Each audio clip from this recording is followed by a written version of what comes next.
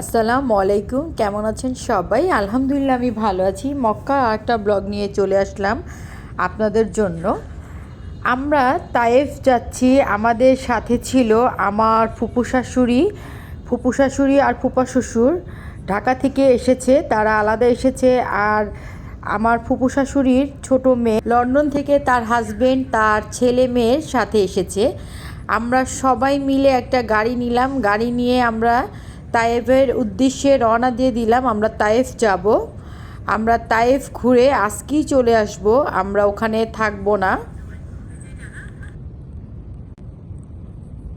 গাড়ি যখন চলছিল আমি ভিডিও করতে করতে যাচ্ছিলাম। দেখেন এখানে কত বড় বড় পাহাড়।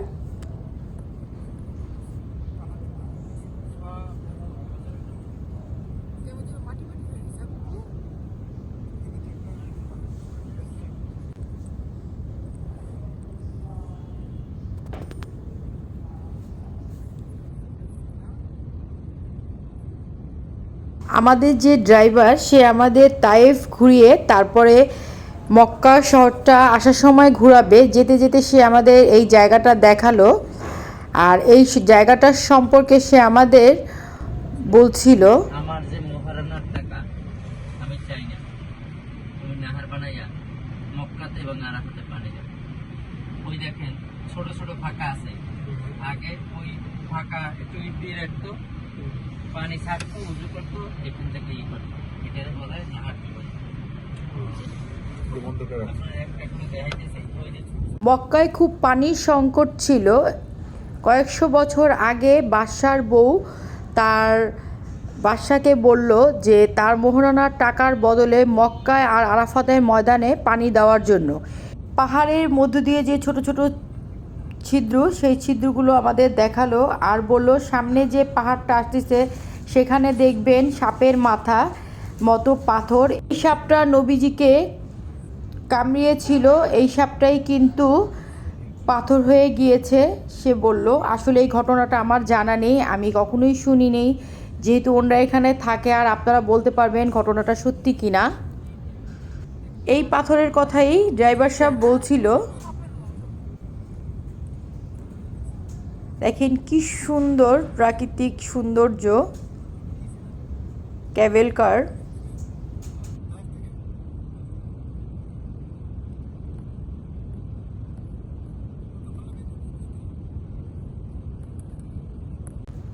আমরা তায়েফ ঢুকে গিয়েছি। দেখেন কি সুন্দর পাহাড়। এই যে হাতের চিহ্নটা দেখা যাচ্ছে, আমরা ঠিক ওই উপরে উঠব। রাস্তা কিন্তু অনেক উঁচু, আর রাস্তা একদম ঘুরে ঘুরে উঠতে হবে, পাহাড় দিয়ে রাস্তা কাটা। তায়েফ কিন্তু খুবই সুন্দর। দেখেন আমি যে ভিউটা নিয়েছি আপনারা দেখলে বুঝতে পারবেন। আমি কিন্তু অনেক উপর থেকে ভিউটা নিয়েছি গাড়ির মধ্যে বসে। আল্লাহর সৃষ্টির কোনো তুলনাই হয় না। দেখেন কি সুন্দর লাগছে পাথরগুলো দেখতে। শুকুর আলহামদুলিল্লাহ, দেখে খুবই ভালো লাগছে। গাড়ি এখানে থেমেছে, এখানে আমরা নেমে সবাই নামাজ পড়ব। আর আমি উপরে থেকে আশপাশের ভিউটা নিলাম, ভিডিও করছিলাম আপনাদের জন্য। এখন তায়েফে আমরা এই মিকার মসজিদে বিকালে নামাজ পড়ব। তার আগে আমি একটু আশপাশটা দেখাচ্ছি। ভিডিওতে যা দেখাচ্ছে সামনাসামনি কিন্তু ঠিক তাই। আর এতটা সুন্দর, যারা গিয়েছেন তারা তো জানেনই। আর এখান থেকে সবাই কিন্তু এহরাম বেঁধে ওমরা করার উদ্দেশ্যে রওনা হয়ে গিয়েছে। আমরা সবাই নামাজ পড়ে নিব। নামাজ পড়ার পর আমি আবারও ভিডিও করলাম। দেখেন কি সুন্দর রাস্তা, কি সুন্দর পাহাড়। আল্লাহর সৃষ্টি, শুকুর আলহামদুলিল্লাহ, এটার কোনো তুলনায় কিছুর সাথে করা যাবে না।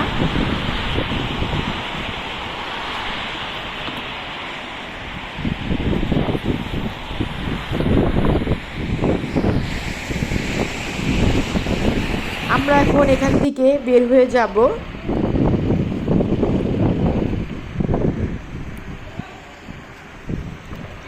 এটা হলো গিয়ে গিয়ে হযরত আলীর বৈঠকখানা। দেখেন রাস্তাঘাটগুলো কত সুন্দর।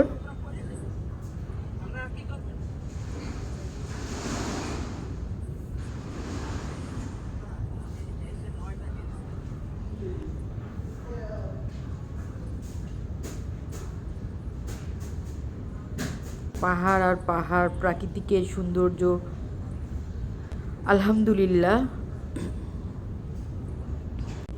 এগুলো তেলের ট্যাঙ্কি, এখানে তেল স্টোর করে রাখে।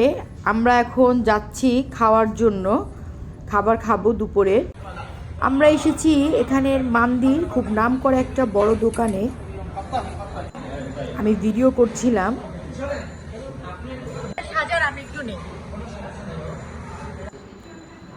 এই যে এখানে বসে আমরা খাবো, সেটার একটু ভিডিও নিচ্ছিলাম।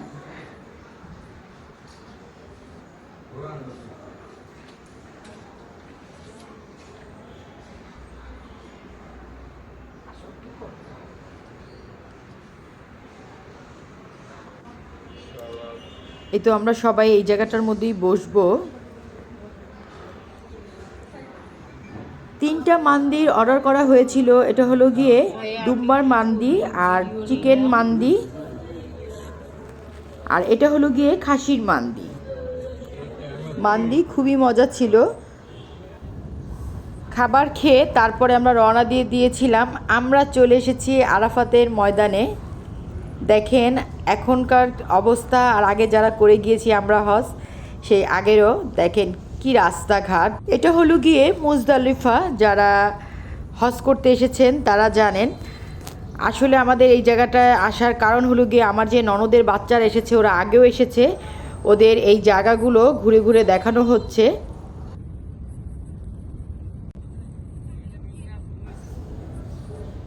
এটা হলো গিয়ে মিনার। কিছু অনেক সুন্দর হয়ে গিয়েছে আলহামদুলিল্লাহ। এখন আর হাজিদের ওরকম কষ্ট হবে না। চলে আসলাম জাবলে আন-নূর পাহাড়ের সামনে। আর এই পাহাড় সম্পর্কে আমরা যারা মুসলিম তারা সবাই জানি এই পাহাড় সম্পর্কে। কোরআন নাজিল হয়েছিল এই পাহাড়ে।